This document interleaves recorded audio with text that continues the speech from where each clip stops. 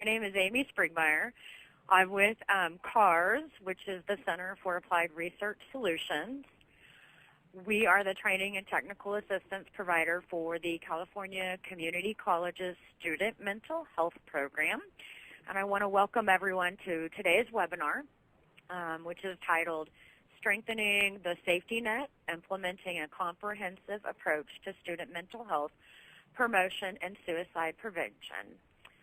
This session is provided by the California Community College's Student Mental Health Program, which is supported by the Chancellor's Office and the Foundation for California Community Colleges.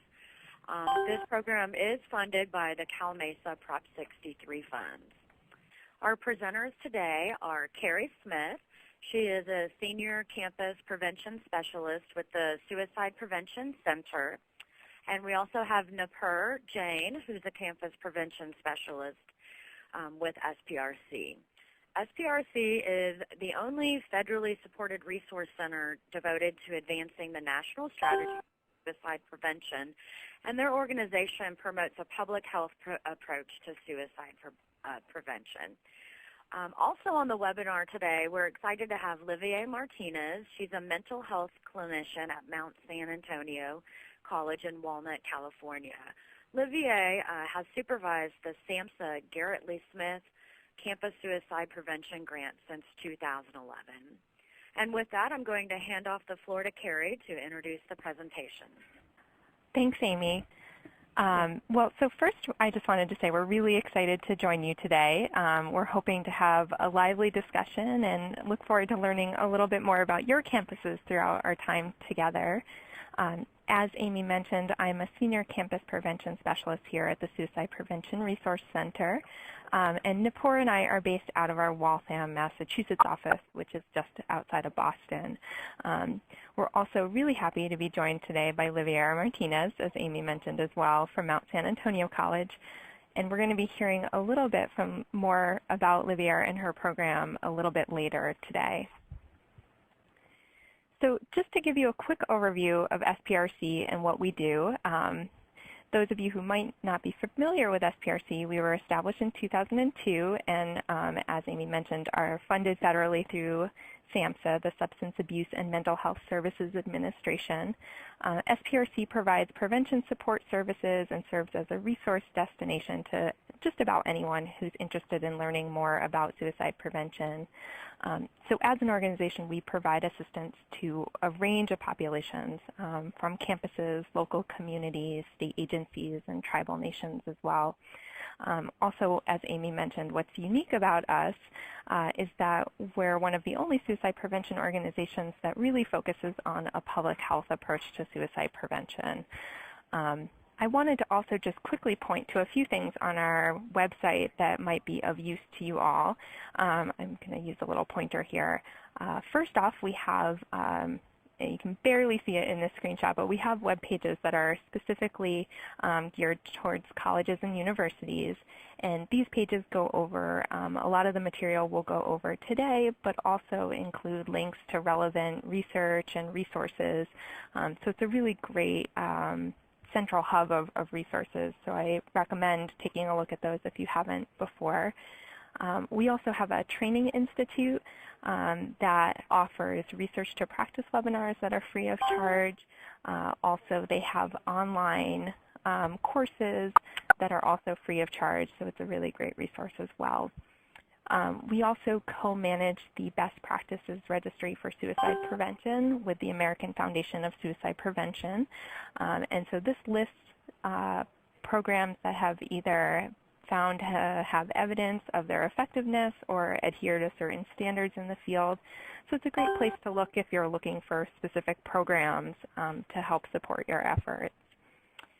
We also have an extensive online library that you can search for various materials around suicide prevention, and we also have some really great information services specialists here who can help get certain information if you're looking for a specific resource.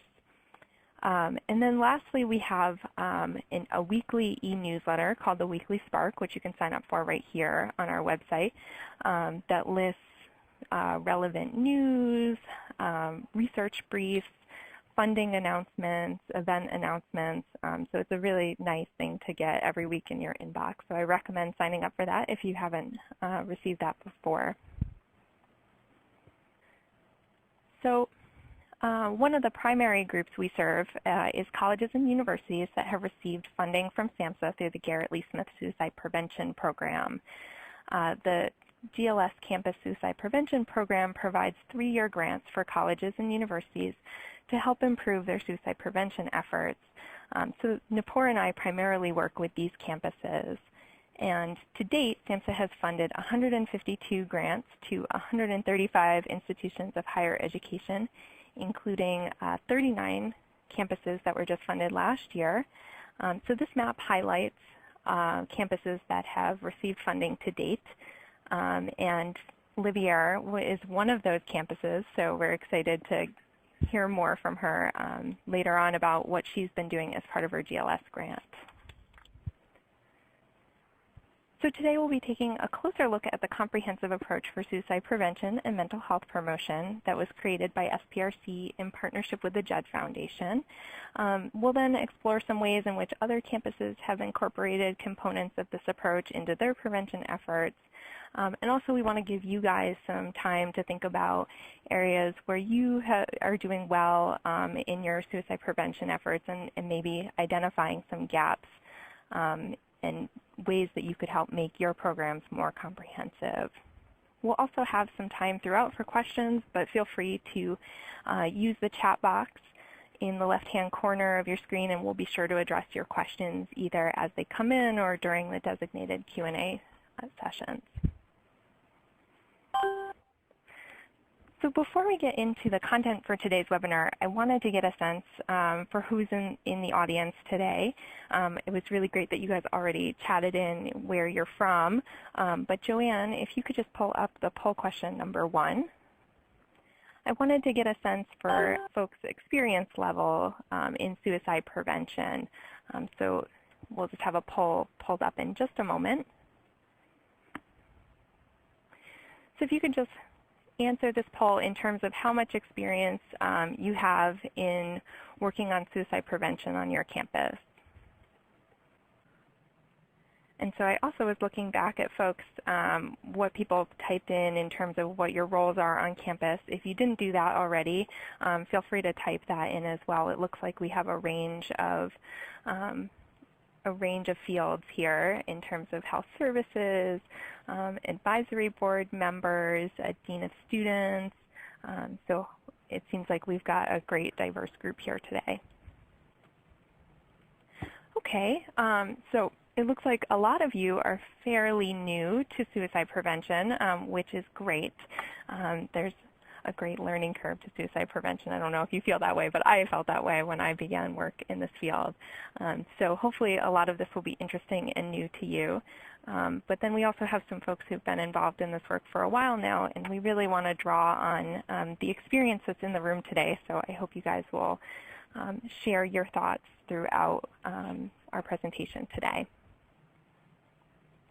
Okay, so first, let's start with what I consider kind of the million-dollar question. Why is it important to use a comprehensive approach to suicide prevention on campuses? Many of you may have seen this social ecological model before. This model addresses the fact that problems such as suicide are complex and occur at multiple levels, not just within individuals. Individuals have a really intricate relationship with others around them, the campus community, and larger society. And so we know that a student's mental health can be influenced by a variety of factors, including relationships with family and peers, financial issues, supportive campus environments, access to community resources and mental health services, as well as societal norms about seeking mental health treatment. So given this, a logical conclusion would be that we need to intervene on multiple levels. So the SPRC Jed Foundation model was developed with this concept in mind. So just to get a quick sense with the feedback question, let me know if you have heard of the Jed Foundation SPRC Comprehensive Approach before. using the yes or no in the feedback. Just give another minute. Great. Okay, so it looks like 42% of you have heard of this model before, while 58% of you haven't. Even more of you are chiming in now that you haven't, so this is really great. Hopefully this will be useful to you. So this comprehensive approach is drawn from the overall strategic direction of the U.S. Air Force Suicide Prevention Program. This program is a population-based strategy that aims to reduce risk factors and enhance protective factors for suicide. The Air Force Suicide Prevention Program is listed in SAMHSA's National Registry for Evidence-Based Programs and Practices, or NREP, and this is linked to in our Best Practices Registry that I pointed out on our website. So especially since some of you are new to this model, Joanne, if you could pull up the second poll question. We're going to be going over the whole model today, but I want to be sure to give some extra time to any area that may be new or unfamiliar to you. So please let us know with the poll question which area of the model you feel you know the least about, or are unsure about how you want to incorporate it into your suicide prevention efforts. Looks like about a third of you have not answered yet. So maybe if we could just see which answers are up so far. Okay, so we're pretty split across the board here. It looks like folks feel least sure about or know the least about following crisis management procedures or restricting access to potentially lethal means. But a few others feel unsure about the other areas. So we'll be sure to kind of go over each, and if you have additional questions, again, feel free to chat in as we go. So I'm going to turn it over to Nupur to begin outlining the comprehensive approach. So hi everyone, and thank you, Carrie. I'm going to be discussing a few strategies to the comprehensive approach now. And the first one that we're going to talk about is identifying students at risk. And this particular strategy is aimed at identifying students who might be at risk for mental health difficulty and/or risk for suicide. So within this area, some campuses might decide to train their campus on a gatekeeper training, for example, to recognize, refer, and respond to students in distress, while others might decide to do a depression screening day, and yet another might decide to do, to have like an interdisciplinary cross-department case management committee. So an example of a gatekeeper training would be Syracuse University's Campus Connect model. Now, this particular model is a highly interactive gatekeeper training. Or another example is the At-Risk Suicide Prevention online training by Cognito. And this particular one is offered free to the California community colleges due to the partnership with SMHP. So if a campus decides to do a depression screening day, it is important to ensure first that there is crisis protocols in place. And alternatively, some campuses might connect with outside centers to meet their assessment needs after the screening day. The case management committee generally is housed in the student affairs department of a campus, and a lot of times these are individuals or students that are referred through the judicial process. And these might be individuals who might be at risk for mental health or suicide risk. So the one thing to remember when you are looking at this particular strategy is that before you decide what approach you would like to take for your campus specifically, it's important to find out who on your campus has connections with students already. So for example, faculty or library staff, dining staff, sometimes maintainers in Res Life might have, good connections. So these might be individuals, for example, if you decide to adopt the gatekeeper training, these might be some individuals to target because these are individuals who have connections with students. One of the research or one of the surveys actually shows that students generally go to their peers first when they are turning to someone for help. So just something to keep in mind. Okay, so this screenshot that you right now see on the webinar is actually a screenshot of a training program that is offered by SPRC. So for example, you decide that a gatekeeper training program might be a good strategy for your campus. We have this great online training, and it's free, relatively short, and includes a matrix of all the trainings on the best practice registry. So the next strategy to the comprehensive approach that I'm going to be talking about is increasing help-seeking behavior. Now, barriers to help-seeking behaviors might look different for different campuses. Therefore, there is need for campuses to assess what these are for their particular campus. So for example, location of services being a barrier related to stigma. So if the counseling center is located in the middle of the student union or the campus center building, that might be, for individuals who are coming to seek help, that might be stigmatizing. Or sometimes if it's being far away from where the students live, that might be a barrier. Sometimes in the case of community colleges, they do not have a residential life, and so students might not even be living on campus, and they might not be able to access services if they are offered on campus, as they might be commuting. Another barrier could be that certain students might have more faith in older adults or peers than the counseling center. When students think about seeking help, for many of them, it might mean going to a mental health clinician, but for others, it might mean going to a clergy member in a faith-based community specifically. Another barrier might be, specific beliefs within a particular population of students that prevents help seeking. So for example, stigma. Stigma is a very broad concept, and it's important to identify or assess what it means specifically for your campus. So to be able to do that, a needs assessment process might be helpful as you look into what are some of the barriers to help seeking specific to your campus. So for example, conducting student focus groups might be a good idea, or even surveying faculty and staff on your campus might be a good idea. So these are some strategies just to identify what might be some barriers to help-seeking behavior on your campus. Active Minds is a national organization that's a student-run organization that works towards changing the conversation around mental health and reducing stigma around mental health.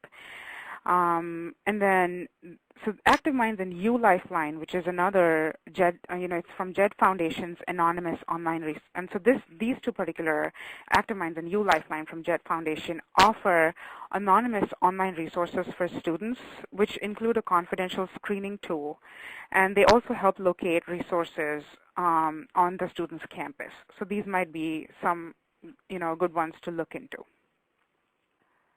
So here on the screen, you see an example by the University of Wisconsin-Oshkosh.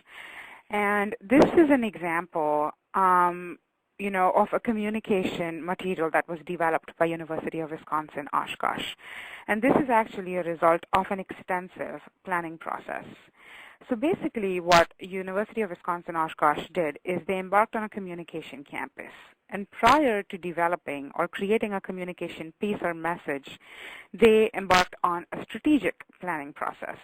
So they used data that was specific to the University of Wisconsin campus to inform the campaign and tie the goals to the goals of the overall suicide prevention effort. They identified a specific target audience and then tested these message concepts and materials with that target audience. The campaign was designed to raise visibility of the counseling center and to encourage help seeking among students experiencing depression. The campaign included posters and brochures targeting parents, non-traditional students, Native American, American Indian students, Latino, and African American students.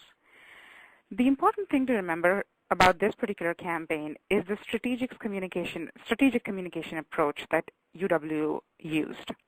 So they found out what students did and did not want to see on the posters, what would turn them off, and what kind of message was delivered. So for example, students said that they did not want pictures or images of depressed students. Instead, they wanted hopeful messages for students who are already getting help that they need. And so this is where this particular no couches, just people comes from, because they found out that students have an aversion to the couch in the clinician's office. And so, this is how the campaign was developed. Another example is the example of the Reach Out project. This particular one is a peer-driven campaign that empowers students in seeking help for themselves. So, these individuals also did formative research as they were planning the campaign. Before every PSA campaign, they conducted exploratory research to glean insights from the target audience. The We Can Help Us section of the reachout.com is a section where students can view videos and listen and read stories submitted by students who successfully conquered their tough times. So this is one way, that empowers students in seeking help for themselves. So this is a very peer-driven campaign that was used. Okay, so then at this point, I would like to ask you guys, what do you see are some barriers to help seeking that may exist for your students? And, feel free to use the chat box to be able to ask these questions. I see stigma, yes. Stigma can definitely be a barrier to help seeking. And also identifying what it necessarily means for your own campus. What does stigma necessarily mean for your campus? Any others? Lack of knowledge regarding resources is another one that I see. Yes, that definitely could be a barrier. Access to mental health services, yes, definitely could be a barrier. So, one question I want to ask everyone is, how are you finding out this information? I think that is very important to be able to identify is, where is this information coming from? Is there any kind of needs assessment that you guys have done on your campus? I see that a lot of people said access to mental health services is a big barrier for help seeking.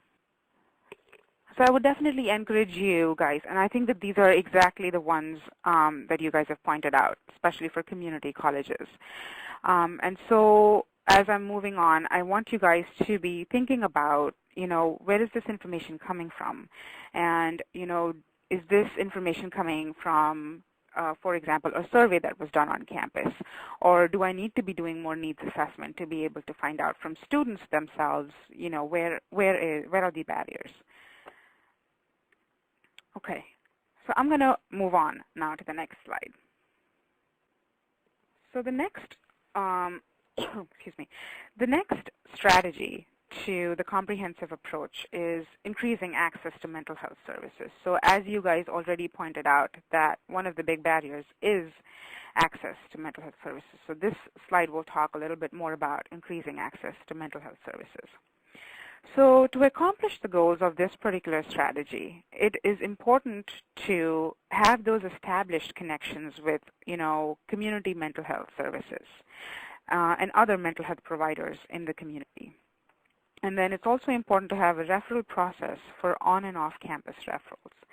And then to ensure staff and faculty have the knowledge to ID and refer students at risk. All community campuses are very different. Some may have counseling centers and some might not. Some might refer out. And as we all know, that by law, California community colleges can only provide short-term therapeutic care. So this often means that it's important to establish connections to the community mental health providers. Further, it's important to provide trainings for these providers in treatment skills that are necessary in assessing and managing suicide risk, as we have found that not always do these providers have necessary training in assessing and managing suicide risk from grad school or from their trainings in the past. So it's very important to be able to provide them with those trainings. Some colleges are being more innovative in providing access to services that are perceived by students as less stigmatizing. So for example, Northeastern Illinois University, which is a commuter campus without residence halls, offers a Feel Better Fast option of 4 group sessions for students who may not need more intensive therapy. Another example is Blue Mountain Community College, and they provide no health or mental health services for students on campus. Therefore, partnering with outside hotlines was essential. Both the National Suicide Prevention Lifeline and the local hotlines are promoted. So that might be another strategy. So the next section that we are going to talk about is following the crisis protocols. Now, in this part of the model, the goal is to establish and follow policies and procedures to responding to distress and distressing students. So you want to make sure your campus community knows their roles and is prepared to assist suicidal or distressed students. Now, some people get scared with the term protocols. And really what it is just a set of guidelines about, who the campus personnel should be talking to, who they should be, letting know when students are in distress, and who should the students be going to when they are in distress. So in my conversations with Amy before this, I understand that a lot of you have behavioral intervention teams. And these can be helpful in determining the process you want to take. And these are great drivers of creating protocols and monitoring them. It's also important to update the campus community, for example, deans, student affairs, or the security staff in what these protocols are, and also what their responsibility particularly is, which is who should they be contacting and who should be contacting them as well. Okay.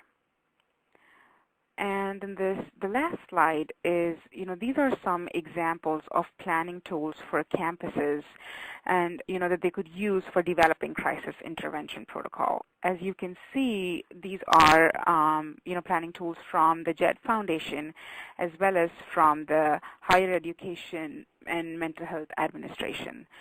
So, these could be great resources as you are looking into developing crisis intervention protocols. Okay, so I think at this point we will stop for questions. Okay, I see one question here. How could I obtain a copy of the PowerPoint? Well, I think that we will be sending out a copy of the PowerPoint for future reference, is my understanding, right, Carrie? Yes, I believe it gets posted on the CCSMHP website, if I know correctly. And Amy just put a link to it. And actually, emailed out to everybody. Oh, wonderful. So actually, we're running a little bit behind, so I want to actually move us along. But if you have any more questions, we will still have other times to chat about your questions. So feel free to type things into the chat box as we go. So thanks so much, Nupur. What I'll be doing now is going through the last few steps of the comprehensive approach. And as you can probably infer from the title of this section, restricting access to lethal means, the goal of this part of the model is to restrict access to any potential sites, weapons, or other agents that someone may use to try to kill him or herself. In my experience, this is really one of the areas of the comprehensive approach that campuses can struggle with in terms of identifying successful as well as realistic ways to restrict access to lethal means, as well as getting stakeholders on board. As I've seen, some senior administrators may not always see the benefit of strategies like this or think it's too big of a task to take on. So we'll go over a couple examples now of some larger scale efforts from campuses, but it's really important to recognize that means restriction can take many forms, and some can be relatively easy and cheap to put in place. So there's been a couple examples of campus means restriction in the news in the last year or so. I'm not sure if any of you have seen stories about this, but NYU last year installed aluminum screens in a library on campus that has a large atrium in the middle of the building. The library was the scene of 3 student suicide deaths over the last decade. And instead of trying to create inconspicuous barriers, the university commissioned architects to create these digitally inspired screens that you see on the left-hand side of the slide.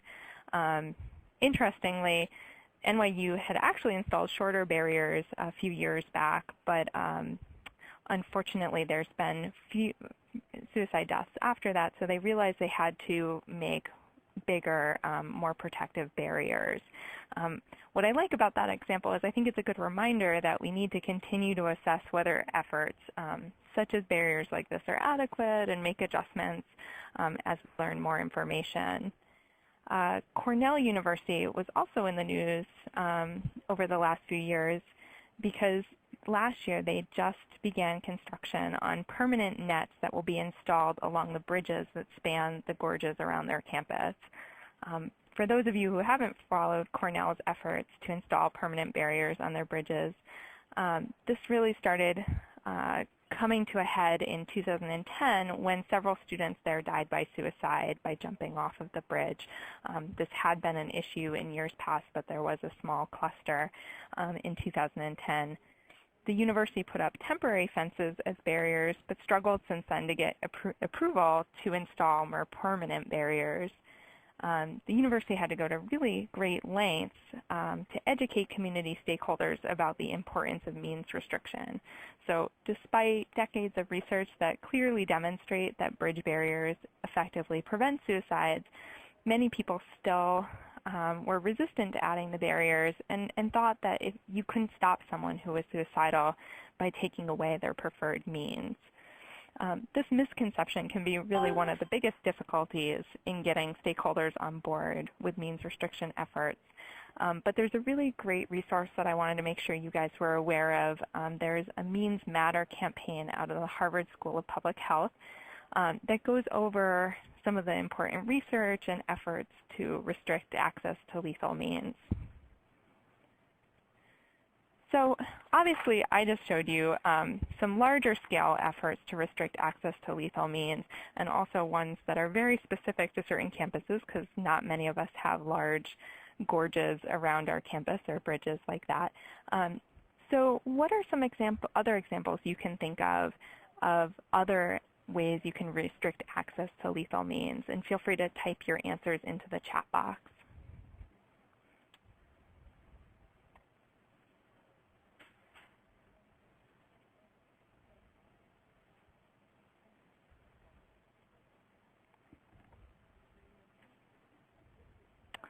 So lock up dangerous chemicals, that's really important, and also one of the smaller scale things that you can do is being sure that you have chemicals from a chemistry lab or other facilities, cleaning supplies, things like that, locked up in a safe place. Another person says a place to dispense medication. So certainly trying to make sure that folks have a safe amount of medication and a safe way to dispose of medicine. I've heard of really great examples from campuses who've had prescription take-back days and things like that. Restrict access to roofs and tall buildings. That's really important as well.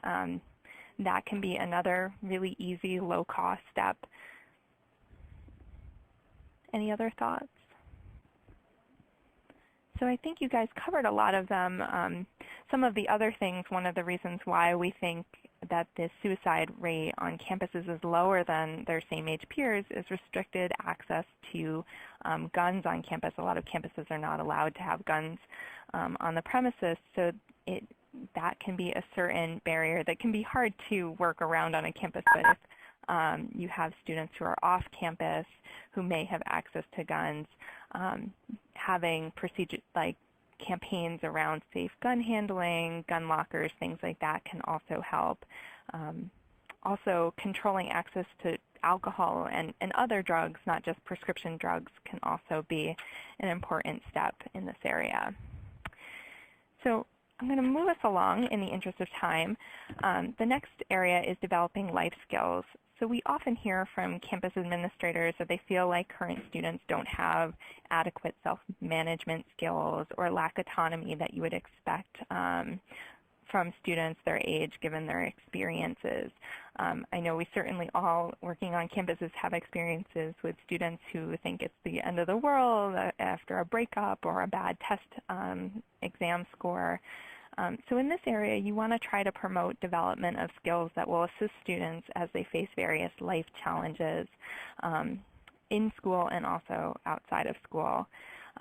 The community colleges that I work with find that this part of the model is especially useful to focus on because it really lends itself to upstream approaches. So we hope that these efforts would help prevent some students from moving down that continuum of stress to de-stress and reduce the need for mental health services in the first place. So efforts in this area aim to promote mental health and physical health for all students, help provide opportunities to learn essential skills in problem solving, conflict resolution, stress management, and nonviolent handling of disputes, and also really reinforce the college experience as a way to help develop autonomy and self-management. So I'm going to have you guys put on your prevention specialist hats for a minute and pretend that a colleague from another community college has come to you for some advice about an event that he or she would like to do. So this colleague wants to help students learn ways to cope with stress around finals. So they plan to bring in some massage therapists to provide free massages in the quad during a study period for finals. So how would you respond to your colleague about this idea? In the chat box, if you could just type in your thoughts about the ideas as it applies to developing life skills. Also, type in any questions you might want to ask your colleague to get a better sense for if this fits in with the idea of promoting development of life skills. So we'll give everyone a minute to think about this and type in, does this sound like something that would help reinforce the development of life skills in students? What kinds of questions would you want to ask that colleague about this event? Okay, so one person says it might be a way to get students to come over and check out other sources that are being offered, such as test anxiety workshops. So it sounds like, Susan, you think this maybe isn't necessarily the best strategy around developing life skills, but maybe it might be a way to get them to other services. Great. Any other thoughts? So Victoria says massages assist and show students a new way to deal with stress management. That's certainly true. I think one of the things to consider here, though, is are students developing a skill that they'll be able to take with them lifelong? It may show them that that massages are helpful, but it may not be equipping them with the actual skills needed for down the road. So Olivier says it can get students to seek relief when needed. So one question might be, what are those other pieces that you're talking with students about when they're going to get these massages, about seeking stress management or stress relief services? So Amy says, yes, it's helpful in the moment, but no skill is being developed to take away. So I think that's one of those things to think about when you're developing programs or interventions around developing life skills, is what are those concrete pieces that people might be able to take away with them from this event. So for this, it's great that they will like the massages, but they may not have the money down the road to go and get a massage every time. So a better strategy might be to give them better ideas around coping skills or stress management that might be a little bit more obtainable. So moving on, so what are some other ways that you guys can think of that this campus could help promote the development of stress management skills?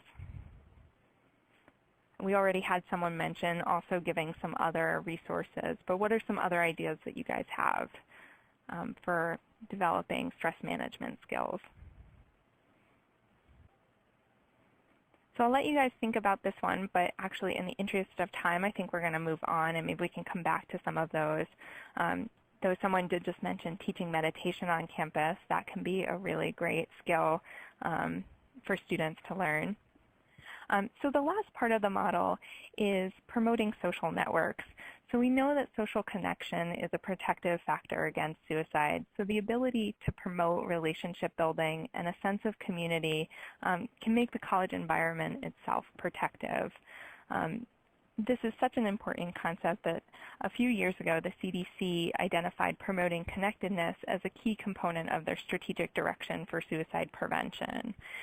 So included in this area are efforts to reduce student isolation, promote a sense of belonging to the campus community itself, and encouraging the development of smaller student groups within the larger campus community. Though I think it's really important to point out here that it's not simply a matter of urging students to get involved with sponsored activities, but instead we want to create opportunities for strong connections with peers and promote an environment of caring and connection. Because we also know from research that it's not the number of friends that someone has or number of connections that someone has, it's actually the quality of those connections. So one quick example of this is the Worcester Polytechnic Institute Student Support Network program. So in this program, students are nominated to participate in a 6-week training that helps them recognize and better understand signs of distress, develop and enhance core empathy skills, increase awareness about mental health resources, and help learn the skills about how to help others who need help. The goal of this program is to increase social networking as well as identifying students with mental health issues. If you're interested in this program, the Student Support Network Manual is actually listed in Section 3 of our Best Practices Registry and is available for free. What I really like about this particular example is that it really took off on WPI's campus. The program became so popular that faculty and staff themselves actually requested opportunities to participate in their own student support network training. So it really evolved from just a program to an actual culture on campus where everyone just looked out for each other. They had each other's back. And so it's been something that's reinforced and also now is really sustainable because it's this backbone to their community. So definitely check that out if you're interested in learning more about that. But in the interest of time, I just want to pause quickly for any questions before we move on to Olivier's portion. Did you need me to go now, or are you going to do questions? I'm sorry. I was just going to pause for a second just to see if people had any questions. Okay. And it looks like people also had some more thoughts about developing life skills. Someone mentioned relaxation exercises and that their campus is based on alternative medicine and yoga and use that as a way to deal with stress along with massage therapy. That sounds really great.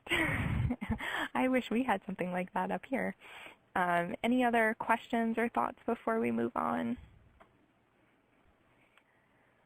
Okay, great. Well, we've shown you a lot of examples of ways campuses have approached individual pieces of this model, but we wanted to also give you a sense of an overall campus strategy and how to put some of these pieces together. So that's why we invited Livier to come and talk a bit about her program. So we're really excited, and Livier, I'll turn it over to you. Okay, thank you, and good morning, everybody. I'm coming from, my perspective is coming from the health services at Mount San Antonio College, where here I am a mental health clinician, and for the past year and a half, going on 2 years actually, I'm the program supervisor for the SAMHSA Suicide Campus Prevention Grant. And I'm sorry, I'm in charge of the slides, correct? Yes, unless you want me to make them along for you. No, I can go ahead, sorry. All right. So just a little bit of detail so you can kind of know a little bit what our campus looks like. And we are one of California's largest single-site community colleges. We sit on 420 acres. We are a large campus. It literally takes you like 15, 20 minutes to walk across the entire campus. We serve over 35,200 credit students. over 43,000 continuation students, and over 4,600 community service fee class students. And so as you can see just by the numbers, we have a large number of bodies just on our campus. And the reason that I included the continuation and the community service fee class students is there's a reason for that, and I'll touch on that. Because there's still students that are here on our campus, and this is why I included them. Let's see, our demographics. This is kind of reflective pretty much, I think, across the country. Most of the students are female. We are a very culturally diverse population, with the majority of our students being Latino, and then Asian Pacific, and then Caucasian, and then some of the other ethnic and racial groups following after Caucasian. A high number of our students are first-generation students. A high percentage of our students also receive financial aid and BOG, which is our Board of Governors fee waiver, which means they have access to their tuition. Okay, so what does our campus look like? Again, I had touched on high risk. High risk means for us on our campus, first generation, which means that this student is the first person in their family to attend college. Minority, from an ethnic minority group, low income, from our LGBTQ community, lesbian, gay, bisexual, transgender, and questioning or queer, depending on how you use the Q. Student veterans, we also have we have a very large student veteran population, and we also have a very large multilingual education students, and this is the number that I had listed in the previous slide. A very large number of students whose English is a second language. These are the services that we have in place already at the health center, and it was important for me to tell you what we have already before the grant, and then how we build on it. And so we did already offer the gatekeeper training, the QPR gatekeeper training before the grant, before we approached this from a comprehensive approach. We offered the gatekeeper training one time per semester, because that was pretty much how flexible my schedule is, and I can only offer it once a semester. We do provide mental health counseling services, because our counseling services are housed in the health center on campus. And we are very fortunate, our students and us, we're very fortunate that we do have counseling services, mental health counseling services on campus. We were already offering life skill workshops, awareness and outreach. We already had components. We already followed a crisis management procedures and protocols. The campus does have a case management group that meets when needed. And we do tap into our community resources as referrals, because as Nooper had mentioned, and most of you who are listening in, for community colleges, our approach for treatment and counseling is short-term, and there are students who are, they are in need of long-term care. So we based how we put together our program, or how we were going to approach suicide prevention and awareness on the campus was we looked at what we already had, and then we looked at our population. We looked at what we could do. We looked what we could, what was within our realistic expectations, and what was going to be sustainable, what was something that we could do even after the grant ended, because that was a very important piece. We didn't want to spend money and energy and time developing something great that was going to be in 3 years. And so this is why it was, it was kind of, again, we approached it from a very realistic view. So the pieces that we were looking at and putting it all together was, how do we meet the needs of our wide student population? Again, just if you looked at the numbers, if you looked at a high risk, we were asking ourselves how we were going to do that. We believe we have a decent pulse on the campus culture, and I say that and chuckle because it's ever changing. I always say, geez, the students get younger and I get older, and that's the part that I don't like. All of our population, all of our students are commuters. You know, they don't stay on campus after they're done with classes. They are done with their class and they go. Most of our student population do not have health insurance. Most of them have jobs so that they have to get to. It's a very diverse population, and again, when we were looking at who participates in our events, students really love extra credit. So those were some of the pieces that we were kind of looking into. And again, our short-term approach to mental health counseling wasn't going to change. We knew that was going to still stay the same. But in the recent years, probably the last maybe 3 to 4 years, we have seen an increase of crisis walk-ins, meaning students that were walked over by somebody or themselves in a crisis mode, whether it was a suicide, homicidal, or even just having an emotional breakdown. That required, obviously, for the staff to stop what they were doing and provide the students with care.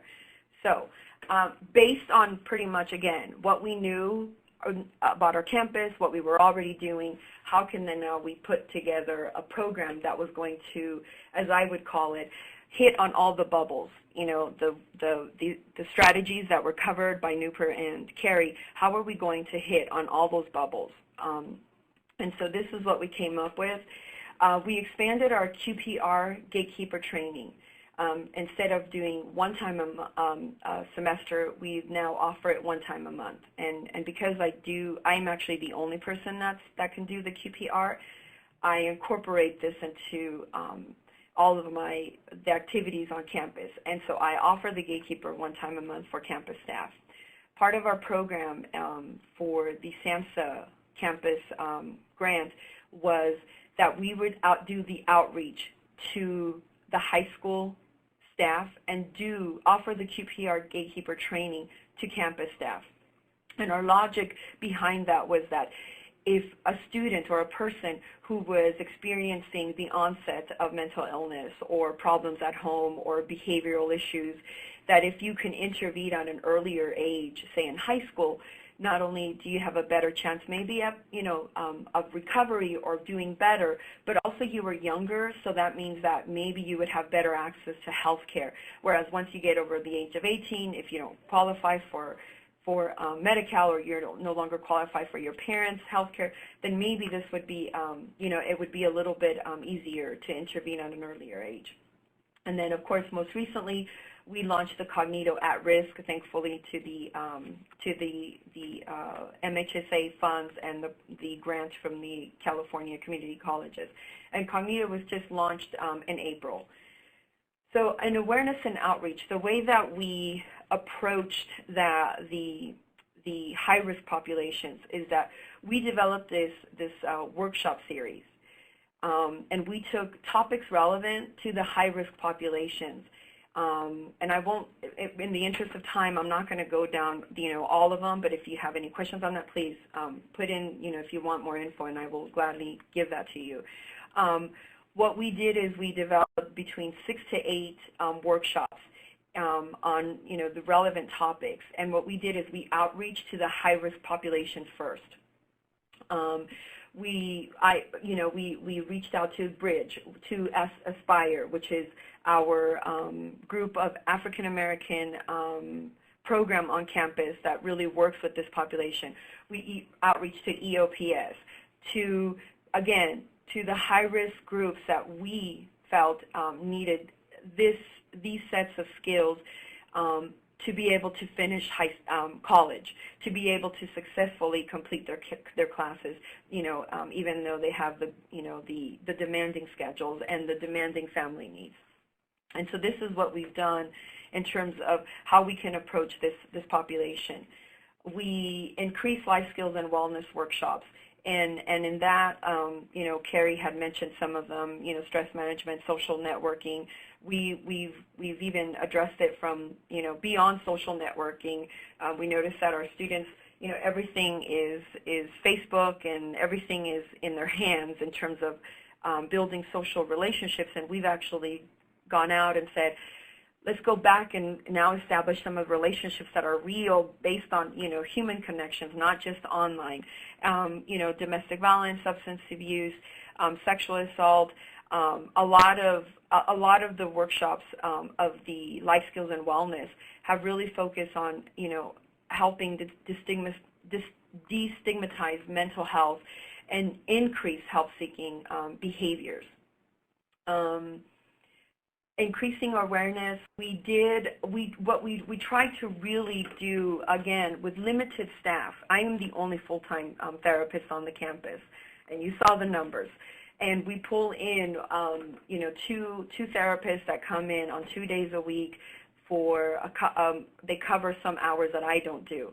And so we really needed to use what we have to make sure that our awareness was going to increase, even though we couldn't increase a lot of bodies, to do the legwork. So we made use of our display cases, and our display cases, we have them kind of around campus and in the health center.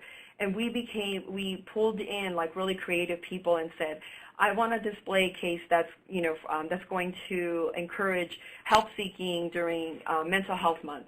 So we did like a big suicide awareness, and we put it on a display case with yellow ribbons hanging, and we followed recommended messaging, where we put what were some of the warning signs, what were some of the ways that you can seek help, not just for yourself, but also for your friends.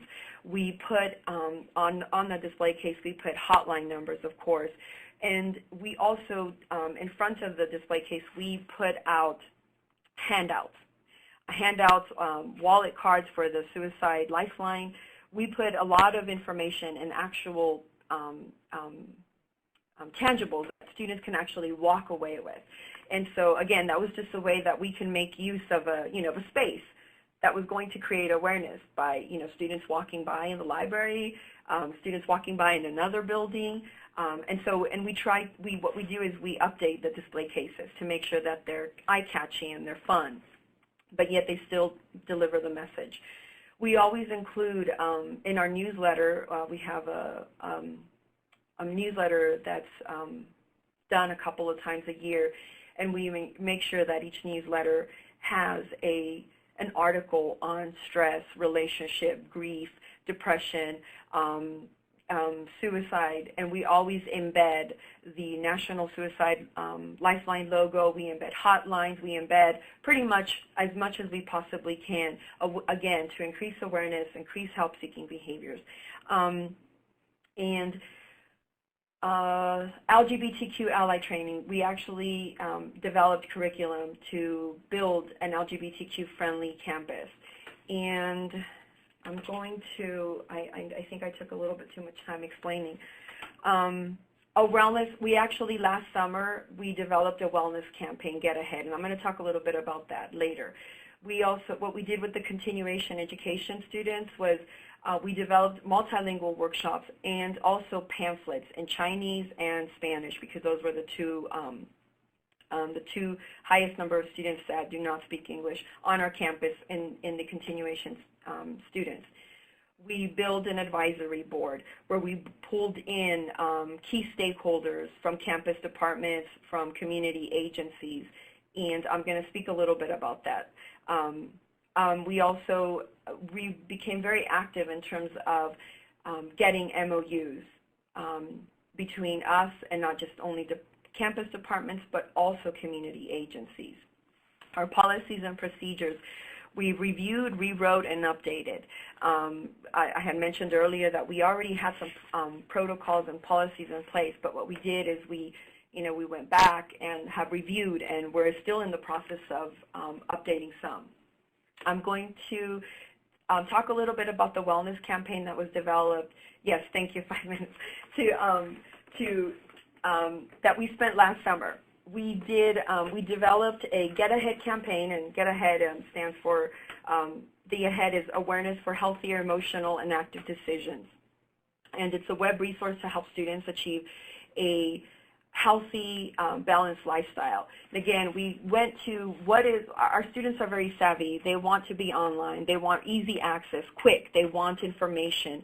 And what we did is we looked at the top 4 reasons students seek counseling, and we then based those top reasons and developed each area, which is caring for yourself, healthy habits, managing stress, positive relationships, and of course, seeking help, where we list different types of resources for when a student does need help. What the wellness campaign is to encourage the use of available resources to improve overall wellness and help-seeking behaviors when needed. And if you want to see it, again, the website is there, so please feel free. I am then going to talk a little bit about the advisory board. The advisory board, I honestly will have to say that if I can pick the one thing that has really made such a big impact, I never thought I would say it would be the advisory board. But it really has strengthened our existing and established new relationships with not just on-campus departments, but also with our community agencies. Our communication has helped understand the limitations and the policies and protocols of outside agencies of our departments here on campus and vice versa. I think we come in sometimes with our expectations and our own biases and our own what we want for the student, and they're not responding as quickly. And now you have the person representing the department or the community agency or the psychiatric hospital on your board, and then you get to learn from them firsthand what their limitations are and why they're taking so long. And they also understand why we had to hospitalize a student who was suicidal, not just because we were trying to get them in trouble, but because we had to do this.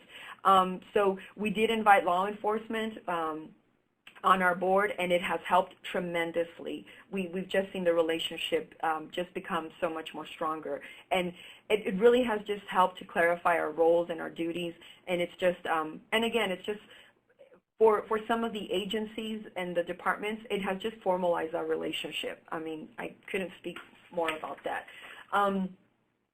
Let's see, our continuation student, this is a big, like the reason I have listed the numbers was because the continuation education students, they do not have access to our health services, and they don't pay into the health fee, so they do not have access. But they are still on campus, and it's a large group of them. And so what we did to help this population, it's how can we bring services to them, and how can we then educate them of what's available. So what we have done is we've expanded our health fair to include a lot of agencies serving families and children, because what we found through our assessment was that a lot of the students in this particular population have children and they have young families still, or they're taking care of older parents. And so this is one of our ways to then expand.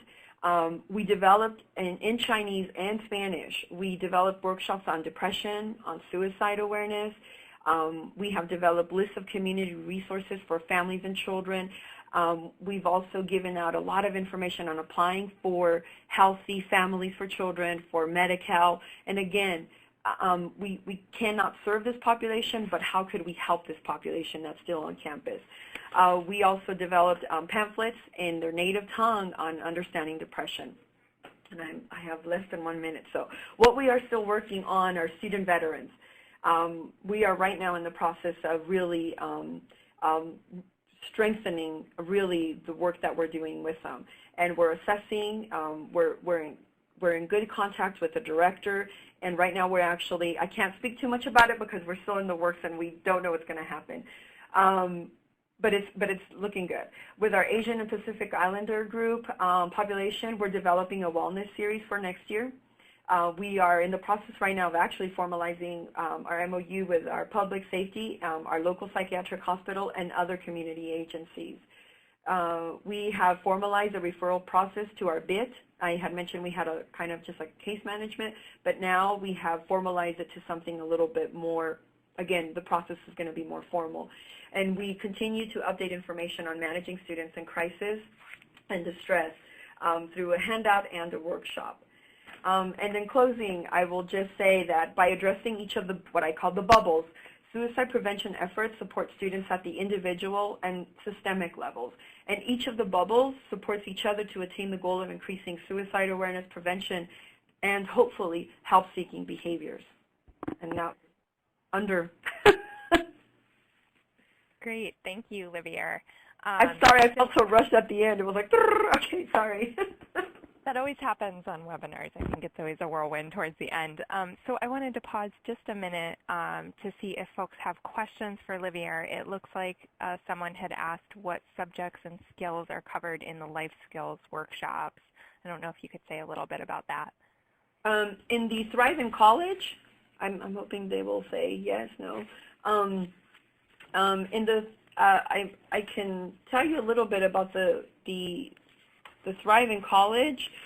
We really, like I had mentioned, it was the high-risk population, and what we looked at goals and expectations, finances and resources, exploring study habits, math blocks. Math was a big one. Math was it's a big block for a lot of students.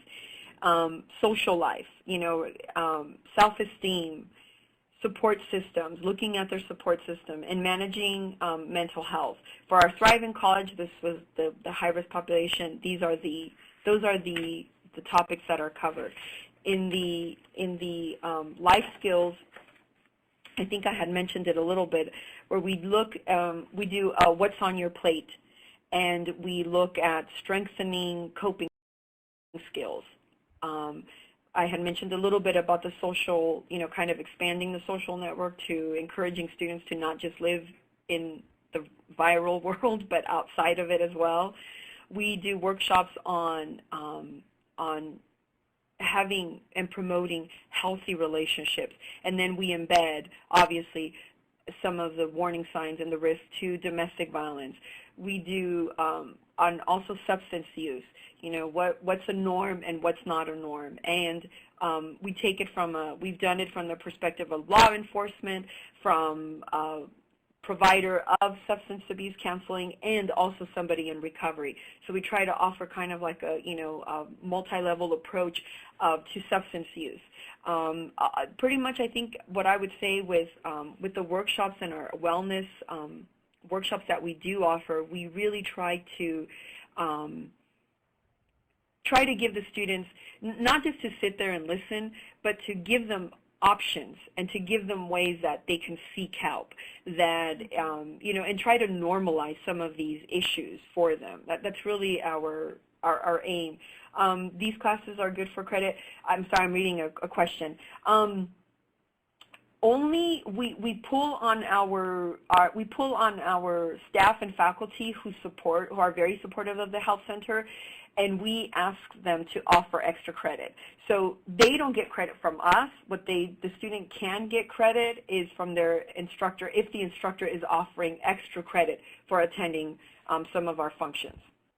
Hope that clarifies. Great. Thank you, Livier. Sure. Okay.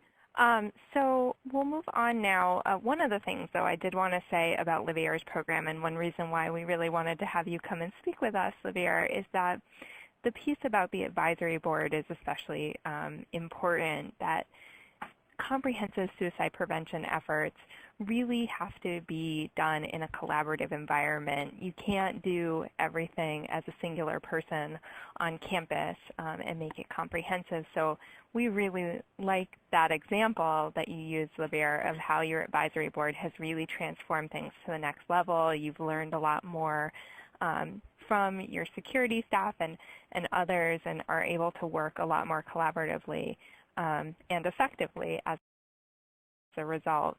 So now we wanted to, now that we've gone over the comprehensive approach and you've heard a little bit more from Livier, we want to talk more about how you want to put this into action on your own campus. And I often feel this picture is most accurate in terms of just starting out in campus suicide prevention efforts. It can be really daunting, a little bit scary, and also kind of exciting in what you might be able to do. So with the few remaining minutes we have left, I want you guys to take a minute to just think about what we've gone over today in the comprehensive approach, and think about areas where your campus is currently doing well in this area, and also where you might have some gaps that you might want to address in terms of your efforts. And think about those and type it a little bit into the chat box in terms of what the strengths and gaps are on your campus right now as it relates to the comprehensive approach. So we've already seen that some people have some life skills programs and yoga and meditation programs that address the developing life skills area. So it sounds like some of you are doing really well in that area already. But we want to hear from the rest of you in terms of what your current strengths are, where you might have some gaps that you've maybe recognized throughout the presentation today. So we'll give folks another minute to think about it. We'd really like to hear your thoughts about what you might want to do on your campus after learning about the comprehensive approach and thinking about what you're doing well already and where you have to go. I think what is also struck me about Livier's presentation is it's a real evolving process. So Livier, you're still working on a lot of pieces. Comprehensive approaches really don't happen overnight. So does anyone feel willing to type a little bit about what they're currently doing well or things they maybe want to work on after this webinar?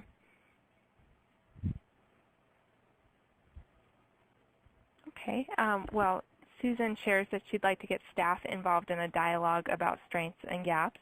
That's definitely a great place to start. As I mentioned with Livier's example, I think collaborating with other people and also getting a sense of what others see as the problems on campus and how you might be able to address those, that's a really important step. What other thoughts do people have? Okay, well, you guys are a quiet bunch today. I hope you guys are thinking about these areas that you might want to work on down the road. Maybe it's that you also need some more information about this. One thing I did want to mention is I know Nupur and I did kind of a whirlwind tour of the comprehensive approach.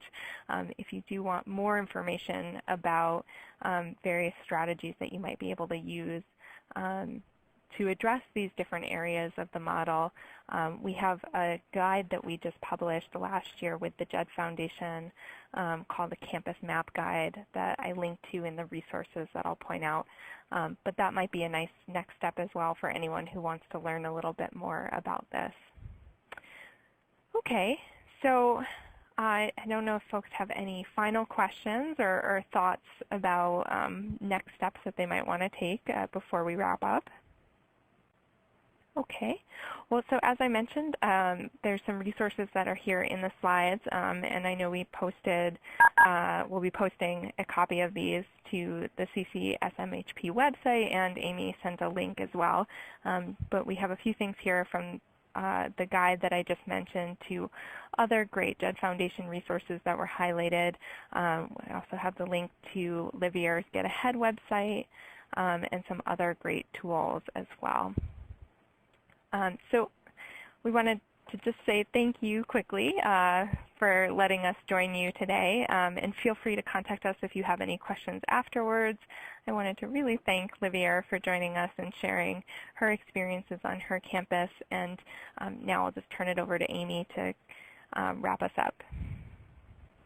I want to thank everyone for participating today, and especially Carrie, Nupur, and Livier.